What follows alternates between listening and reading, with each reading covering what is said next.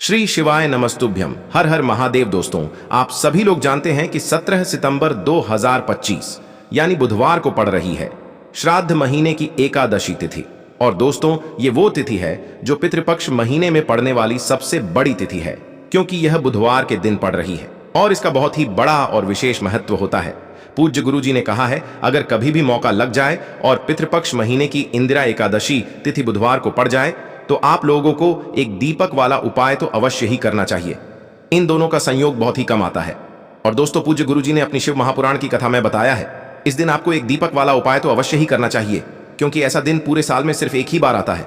और दोस्तों, आप सभी लोग जानते हो कि बुधवार एकादशी का अगर सबसे बड़ा कोई उपाय है तो वो एक दीपक वाला उपाय है। तो दोस्तों, इस बुधवार के दिन आप लोगों को इस एक दीपक वाले उपाय को जरूर करना है। बहुत सारे लोग होंगे जिन लोगों ने इस उपाय को न किया हो, मतलब पूरा साल निकल गया और उन्होंने किसी भी दिन इस एक दीपक वाले उपाय को न किया हो। पर दोस्तों, आपके पास एक आखिरी मौका बचा हुआ है, जो कि 17 सितंबर के दिन है। तो इस दिन आप लोगों को इस वाले उपाय को जरूर कर लेना है। भले ही आपने पूरे साल भर इस उपाय को ना किया हो, पर अगर आपने इस पितृपक्ष महीने के एकादशी के दिन अगर इस वाले उपाय को कर लिया तो आपको इस उपाय को करने का वो फल मिलेगा जिसकी आपने कभी कल्पना भी नहीं करी होगी। इसीलिए आप लोग इस वाले उपाय को एक बार जरूर कर लेना, ताकि आप लोगों के हाथ से यह मौका ना जा सके और आपको इस उपाय को करने का फल मिल सके। दोस्तों, यह उपाय पंडित जी ने अपनी अभी की ही शिव महापुराण की कथा में बताया है, जिस उपाय को आज हम आपको बहुत अच्छे से समझाने वाले हैं। इस वीडियो को देखने के बाद इस उपाय को समझने के लिए आपको कोई और वीडियो को देखने की जरूरत नहीं पड़ेगी। तो चलिए दोस्तों, उपाय को शुरू करते हैं। देखिए, यह इस श्राद्ध महीने के बुधवार के दिन यह इतना खास होता है, इतना महत्वपूर्ण होता है। देखा गया है कभी कभी बड़े बड़े पूजा पाठ अनुष्ठान से जो मनोकामना पूर्ण नहीं होते, वो इस श्राद्ध महीने के एकादशी के दिन एक छोटे से उपाय करने से ही आपकी मनोकामना पूर्ण हो जाती है। और बहुत सारे लोगों ने इस उपाय को किया भी है और उनको इस उपाय को करने का फल भी जरूर मिला है। अगर आप लोग भी इस उपाय को बुधवार इंदिरा एकादशी के दिन करना चाहते हैं तो आप इस उपाय को पहले अच्छे से समझ लेना, सुन लेना, उसके बाद करना। आपको इस उपाय का फल जरूर मिलेगा। और इस उपाय को कर लेने से आपके घर में चाहे किसी भी प्रकार की दुख और समस्या क्यों ना चल रही हो, आपको उसका कारण भी नहीं पता है कि भाई यह समस्या किस कारण से चल रही है। उसका कुछ भी कारण हो सकता है, जैसे पितृ दोष हो सकता है या किसी भी तरह का मंगल दोष भी हो सकता है। तो इस दिन आप लोगों को यह वाला उपाय कर लेना है। यह एक ऐसा उपाय है जिस उपाय को अगर किसी विशेष दिन पर किया जाए तो भाई उस विशेष दिन का जो है वह तो हमें मिलता ही मिलता है, पर हमने उस दिन पर इस उपाय को किया है तो हमें उससे भी बड़ा फल मिलता है और फल बहुत जल्दी मिलता है, क्योंकि आप इस उपाय को बहुत ही बड़े और विशेष दिन पर कर रहे हो। तो चलिए अब उपाय के बारे में बात करते हैं, लेकिन उससे पहले आप लोगों को यह जानना आवश्यक है कि आखिर यह उपाय किस समय करना है, किसको करना है और कैसे करना है। तो चलिए हम आगे आपको वीडियो में एक एक करके बता देते हैं, लेकिन उससे पहले अगर आप लोग हमारे चैनल पर नए हैं तो हमारे चैनल को सब्सक्राइब कर लेना और इस वीडियो को लाइक करके कमेंट बॉक्स में श्री शिवाय नमस्तुभ्यम ओम नमः शिवाय जरूर टाइप कर देना। और अपने फायदे के लिए, गरीबी दूर करने के लिए इस वीडियो को पूरा देखकर जाना, तभी आपको लाभ की प्राप्ति होगी। यदि आज आपने वीडियो को बीच बीच में से देखा, काट काट कर देखा, तो आपको जीवन में कभी सफलता हासिल भी नहीं होगी। तो दोस्तों, इस एक दीपक वाले उपाय को हमें इस एकादशी के दिन कैसे करना है, किसको करना है, किस समय करना है और कहां पर करना है, ये सारे सवालों के जवाब आपको इस वीडियो में मिल जाएंगे। और जो ये वीडियो देखेगा भाई, उसको एक दीपक उपाय जरूर करना चाहिए, क्योंकि इस दिन दीपक का भी बहुत ही बड़ा और विशेष महत्व होता है। और जब बात आ जाए एक दीपक की, तो ये सोने पे सुहागा वाली बात हो जाती है और ये एक बहुत ही बड़ा उपाय हो जाता है इस बुधवार इंदिरा एकादशी तिथि का। हम समझते हैं इस वाले उपाय को हमें करना किस समय है। इस एक हल्दी दीपक वाले उपाय को हमें इस बुधवार एकादशी के दिन करना किस समय है। तो देखिए, इस उपाय को करने का जो समय है वह सुबह का समय है और शाम का समय भी है। अब देखिए, यहां पर हम मुख्य रूप से सुबह का समय नहीं बोलेंगे, क्योंकि 17 सितंबर बुधवार इंदिरा एकादशी का दिन है और इस दिन प्रदोष काल के समय का बहुत महत्व होता है। बाकी अगर सुबह के समय भी करेंगे तो भी अच्छा होगा, उसमें कोई भी दिक्कत वाली बात नहीं है। तो चलिए जानते हैं इस विशेष उपाय के बारे में, लेकिन उससे पहले एक प्रार्थना। अगर आप इस चैनल पर नए हैं तो आप इस वीडियो को लाइक करें, चैनल को सब्सक्राइब करें और कमेंट बॉक्स में आप अपनी राशि या अपना नाम जरूर डाल दें, क्योंकि हम राशि से जुड़ा भाग्य भी बताते हैं और भाग्य में चल रही परेशानियों को दूर करने के लिए वह आसान से आसान उपाय भी बताते हैं। तो चलिए अब हम अपने सबसे पहले उपाय की बात कर लेते हैं। देखिए, अश्विन मास के दिनों में विशेषकर भगवान शिव और माता पार्वती और विष्णु भगवान का पूजन किया जाता है। अब साथ ही साथ इंदिरा एकादशी का दिन भी पड़ गया है, तो ऐसा समझ लीजिए आपके जीवन में धन भी आएगा, सुख भी आएगा, धन बढ़ेगा भी, और साथ ही साथ आपके जीवन के सारे संकटों को भगवान शिव जी दूर कर देंगे। तो चलिए सबसे पहले बात कर लेते हैं सबसे पहले उपाय की, जो कि एकादशी वाले दिन आपको विशेष कर करना है। और इस उपाय को करने से आपकी कोई भी ऐसी इच्छा, कोई भी विश जो अभी तक अधूरी है, पूरी नहीं हो रही है, तो आपकी बड़ी से बड़ी विश और मनोकामना भी पूरी हो जाती है जब आप एकादशी वाले दिन इस पहले उपाय को कर लेते हैं। तो देखिए, आप सभी जानते हैं कि श्री हरि विष्णु जो है, उन्हें तुलसी दल सबसे प्रिय है। बिना तुलसी माता के श्री हरि विष्णु अधूरे हैं और बिना तुलसी पत्तों के श्री हरि विष्णु का भोग अधूरा है। अब श्री हरि विष्णु को प्रसन्न करके आप अपनी किसी भी मनोकामना को पूरा कर सकते हैं, क्योंकि श्री हरि विष्णु प्रसन्न हो गए तो आपकी कोई भी विश और इच्छा, मनोकामना अधूरी नहीं रहेंगी। तो आपको तुलसी के 5 पत्ते लेने हैं। अब ये 5 तुलसी के पत्ते जो आपने लिए हैं, ये 5 तुलसी के पत्ते आपको श्री हरि विष्णु को अर्पित करने हैं अपने घर के मंदिर में ही। ठीक है, ऐसा आपको करना है। आपके घर में श्री हरि विष्णु की कोई मूर्ति है, प्रतिमा है, वहां पर यह 5 तुलसी के पत्ते आप रखें और साथ ही साथ एक देसी घी का दीपक गोल बाती का आपको लगाना है और ओम नमो भगवते वासुदेवाय नमः इस मंत्र का आपको 11 बार जप करना है। देखो मंत्र कौन सा है, ओम नमो भगवते वासुदेवाय नमः। और फिर श्री हरि विष्णु से अपनी विश, अपनी इच्छा, अपनी मनोकामना कह देना और फिर देखना आपकी विश और इच्छा, जो भी आपकी मनोकामना है, जो भी अपने जीवन में आपको चाहिए। अगर निर्धनता बहुत है, आप अपने घर से गरीबी को दूर करना चाहते हैं, या फिर धन आपका बढ़ता नहीं है, आप चाहते हैं कि आपका धन बढ़े, या फिर आपके घर में फिजूल खर्ची बहुत होती है, पैसा आपके पास नहीं रुकता है, आप चाहते हैं कि पैसा आपके पास रुके, या फिर घर में कोई व्यक्ति ऐसा है जो बहुत बीमार रहता है, या फिर किसी का विवाह नहीं हो पा रहा है, तो जो भी आपकी इच्छा है, जो भी आपके विश है, बस एक बार श्री हरि विष्णु से कह देना। 7 साल का सबसे बड़ा दिन है ये। दिन इतना उत्तम है कि जो आप श्री हरि विष्णु से मांग लेंगे, जो उनसे कह देंगे, वह आपकी विश, आपकी मनोकामना को बहुत जल्दी पूरा कर देंगे। तो यह पहला उपाय है। चलिए बात करते हैं दूसरे उपाय की। देखो, यदि आपके जीवन में आर्थिक संकट बहुत अधिक हो रहे हैं, धन की समस्या लगातार जीवन में बनी हुई है, एक एक रुपयों को प्राप्त करने के लिए आपको बहुत अधिक मेहनत कर रहे हैं, तो आज रात्रि में सोने से पहले आपको यह एक चमत्कारी दीपक का उपाय अवश्य करना है। या फिर यदि आपका जो व्यापार है, बिजनेस है, दुकान है, वह अच्छे से नहीं चल पा रही है, तो आज रात्रि में इस विशेष दीपक का उपाय आपको अवश्य करना चाहिए। देखो दोस्तों, दीपक हमारे घर में सभी नकारात्मक शक्ति को बाहर करता है। यह उपाय आपको साल में केवल एक बार करने का ही मौका मिलता है। देखिए, इस उपाय के लिए आपको तुलसी जी की जो सूखी लकड़ी होती है उसे ले लेना है। देखिए दोस्तों, यदि आपके पास पुरानी तुलसी जी की लकड़ी है तो उसे आप ले सकते हैं, और यदि आपके घर में तुलसी जी जो लकड़ी है वह सूखी हुई है तो उसकी लकड़ी आप तोड़ करके इस्तेमाल कर सकते हैं। लेकिन आपको ध्यान रखना है कि सूर्यास्त से पहले पहले ही आपको यह जो तुलसी जी की लकड़ी है, इससे अवश्य ही तोड़ लेना है। तो इस उपाय के लिए आपको सबसे पहले तो एक मिट्टी का दीपक लेना होगा। चाहे तो आटे का दीपक भी ले सके, क्योंकि आटे का दीपक सभी दीपक में सर्वोत्तम माना गया है। इस दीपक के अंदर आपको शुद्ध घी का प्रयोग करना होगा, और इससे दीपक के अंदर आपने जो तुलसी जी की लकड़ी ली है उसे भी रख देना है। लेकिन ये जो तुलसी जी की लकड़ी है, इसमें आपको चारों तरफ अच्छे से घी लगा लेना है। देखिए, गुरु जी ने बताया है कि जो तुलसी जी की लकड़ी है, यदि आप उपाय करते हैं और बहुत ही शीघ्रता से जल जाती है, तो इसके लिए आपको एक कार्य करना है। आपको थोड़ी सी रुई ले लेनी है और उस रुई को आपने जो तुलसी जी की लकड़ी ली है उस पर अच्छे से चारों तरफ लपेट देनी है। तुलसी जी की लकड़ी के ऊपर रुई लपेटने के बाद इसे आपको पूरा घी के अंदर डुबो लेना है। अब इसे आपको बाती के रूप में प्रयोग करना है। अब दोस्तों, इस दीपक को आपको प्रज्वलित कहाँ करना है? तो इस दीपक को आपको या तो भगवान विष्णु के सामने प्रज्वलित करना होगा, या फिर आपको भगवान श्री राम के सामने प्रज्वलित करना होगा, या फिर भगवान कृष्ण के सामने, यानी कि भगवान विष्णु के जो भी अवतार हैं उनके सामने आप ये दीपक प्रज्वलित कर सकते हैं। या फिर आप इस दीपक को माता तुलसी जी के सामने भी प्रज्वलित कर सकते हैं। पूज्य गुरु जी ने बताया है कि जो भी व्यक्ति इस प्रकार से तुलसी जी की डंडी से यह दीपदान कर देता है, उसके जीवन में कभी भी धन की समस्या नहीं होती है। इसीलिए आपको यह पूरे साल में केवल एक बार ही मौका मिलता है। इस उपाय को करके देखना, आपकी सभी इच्छाएं जरूर पूर्ण होंगी। यह जो उपाय है रात्रि में सोने से पहले करना है। अब बताते हैं तुलसी के गमले में आपको वह कौन सी चीज डालनी है जिस उपाय को करने से आप अपने जीवन में महाधनी बन जाएंगे। इतना धन आपको मिलेगा कि कभी भी आपके धन में कमी नहीं आएगी, कभी भी आपका धन बर्बाद नहीं होगा। आपके पैसे की बर्बादी बिल्कुल आपके जीवन से रुक जाएगी।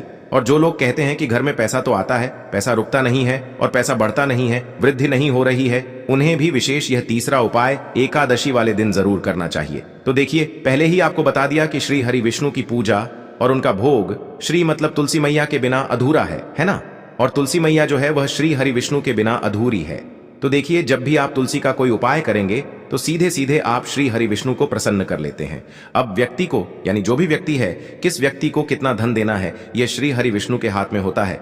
धन देने का काम मां लक्ष्मी करती है, जो कि मां तुलसी का ही एक रूप है। मां तुलसी जो है ये माता लक्ष्मी का ही स्वरूप है ना।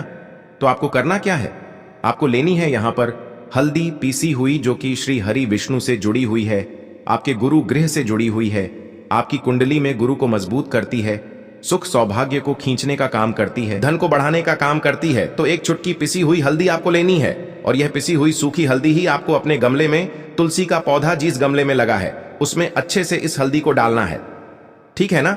और ओम नमो भगवते वासुदेवाय नमः इस मंत्र का जाप करना है। कितनी बार, कम से कम 11 बार जाप करना है। ओम नमो भगवते वासुदेवाय नमः इस मंत्र का जाप करते रहना है, और हल्के हल्के से तुलसी के पौधे में आपको पूरे गमले में पीसी हुई हल्दी का छिड़काव करना है। तो देखिए, जो व्यक्ति इस उपाय को एकादशी के दिन कर लेता है, ऐसा समझ लीजिए अपने जीवन से नहीं आने वाली 7 पीढ़ियों के जीवन से निर्धनता और गरीबी को दूर कर देता है। क्योंकि हल्दी जो है ना, यह साधारण नहीं है।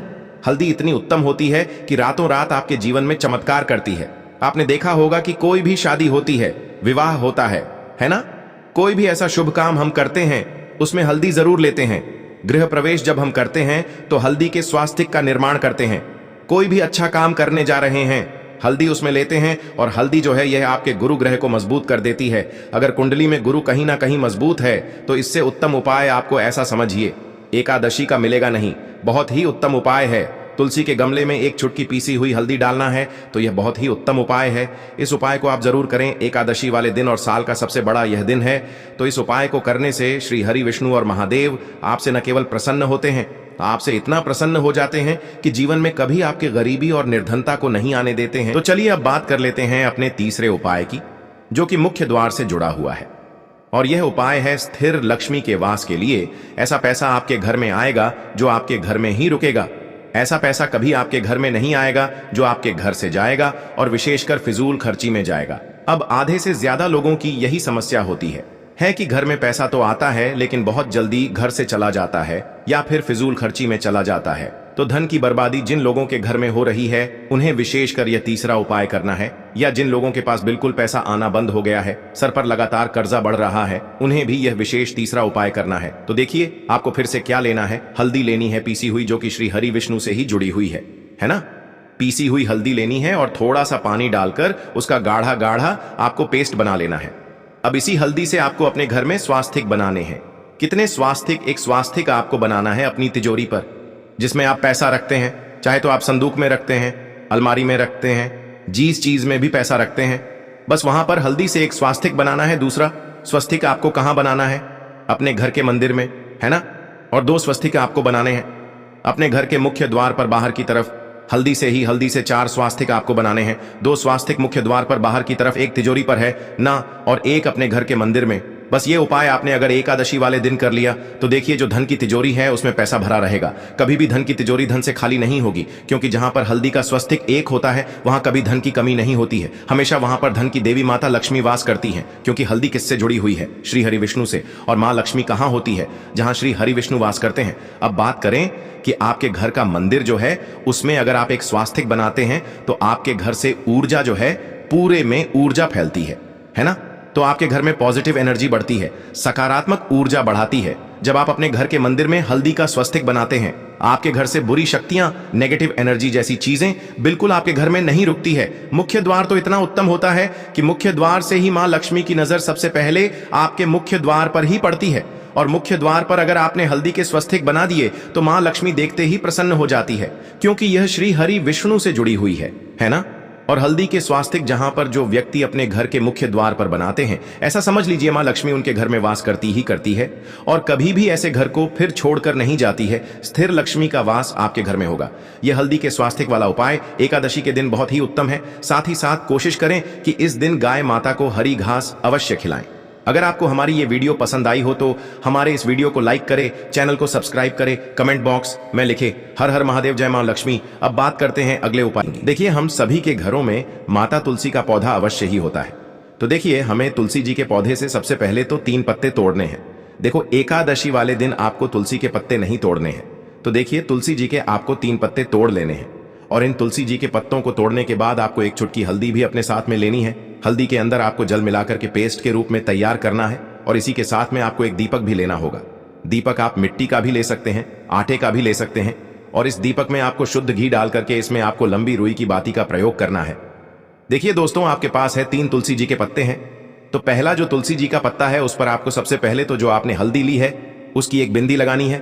और पहला जो तुलसी जी का पत्ता है, आपके घर में भगवान विष्णु का चाहे कोई सा भी स्वरूप हो, चाहे लड्डू गोपाल जी का स्वरूप हो या फिर भगवान कृष्ण की आपके मंदिर में प्रतिमा हो या फिर भगवान श्री राम की प्रतिमाएं, उनके सामने आपको पहला तुलसी जी का पत्ता अर्पित करना है। अब देखिए दोस्तों, आपके पास जो 2 तुलसी जी के पत्ते हैं और आपके पास जो एक दीपक है, इन्हें आपको लेकर के पहुंचना है अपने ही घर में तुलसी जी के पौधे के पास में। देखिए, सबसे पहले तो आपके पास जो 2 तुलसी जी के पत्ते हैं उन पर भी आपको हल्दी की एक एक बिंदी लगानी है और उन दोनों ही तुलसी जी के पत्तों को आपको अपने घर में तुलसी जी के पौधे के वहां पर ही अर्पित कर देने हैं। और इस प्रकार से यह दोनों पत्ते भी तुलसी जी के पौधे के पास में अर्पित करने के बाद अंत में जो आपके पास एक लंबी बाती का दीपक है, इसे आपको तुलसी जी के पौधे के पास में ही प्रज्वलित कर देना है। जो भी व्यक्ति अपने ही घर पर इस प्रकार से तुलसी जी के 3 पत्तों का यह उपाय कर लेता है तो उसका परिवार हमेशा खुश रहता है। उसके परिवार में कभी भी कोई भी संकट उत्पन्न नहीं होता है और यदि आपके घर में जो भी गृह क्लेश है वह भी समाप्त होते हैं। तो इस प्रकार से यह सुंदर सा उपाय करना है। अब बात करते हैं, यह उपाय आपके लिए सर्वश्रेष्ठ होने वाला है। देखिए, इस उपाय के लिए आपको मात्र 5 हरे मूंग के दाने ले लेना है। देखिए, तिथि है और यह बुधवार के दिन पड़ रही है, इसीलिए आपको 5 हरे मूंग के दाने लेना है। हरे मूंग के दाने आपको साबुत लेने हैं, खंडित नहीं होने चाहिए। इस बात का ध्यान रखें। और इसी के साथ में आपको एक तांबे के पात्र के अंदर अपने घर से शुद्ध जल ले लेना है। अब दोस्तों, इन सभी सामग्रियों को लेकर के आपको सीधे पहुंच जाना है भगवान शिव के मंदिर में। देखिए, इस उपाय को भी आप सुबह भी कर सकते हैं और शाम के समय में भी कर सकते हैं। देखिए, भगवान शिव के मंदिर में पहुंचने के बाद आपके पास जो 5 हरे मूंग हैं, उनमें से पहला जो हरा मूंग है, आपको शिवलिंग के सामने जो नंदी महाराज होते हैं और उनका जो पैर उठा हुआ होता है, वहां पर आपको पहला हरा मूंग समर्पित कर देना है और आपको ओम नमः शिवाय इस मंत्र का जाप कर लेना है। फिर आपको दूसरा हरा मूंग लेना है और शिवलिंग पर जो श्री गणेश जी वाला स्थान होता है वहां पर आपको यह दूसरा हरा मूंग समर्पित कर देना है। यानी कि शिवलिंग के सीधे तरफ आपको यह दूसरा हरा मूंग समर्पित करना है और फिर आपको ओम नमः शिवाय या फिर श्री गणेशाय नम इस मंत्र का जाप कर लेना है। तीसरा हरा मूंग का दान आपको भगवान शिव की सबसे प्रिय पुत्री माता अशोक सुंदरी वाले स्थान पर समर्पित करना होगा। शिवलिंग की जो जलाधारी होती है, जहां से जल बह करके आता है, उसी जलाधारी के बीच में जो कहीं कहीं उठी हुई लाइन होती है सांप की आकृति के रूप में, वहीं पर आपको तीसरा हरा मूंग समर्पित करना है और फिर आपको ओम नमः शिवाय इस मंत्र का जाप कर लेना है। अब दोस्तों, चौथा जो हरा मूंग है उसे आपको भगवान कार्तिकेय जी का जो स्थान होता है शिवलिंग पर, वहां पर आपको ये चौथा हरा मूंग का दाना समर्पित कर देना है और आपको ओम नमः शिवाय इस मंत्र का जाप कर लेना है। अब दोस्तों, आपके पास जो 5वां और अंतिम हरा मूंग बचा हुआ है उससे आपको उससे जल के पात्र के अंदर डाल देना है और इस हरे मूंग से युक्त जल से आपको भगवान शिव के शिवलिंग का अभिषेक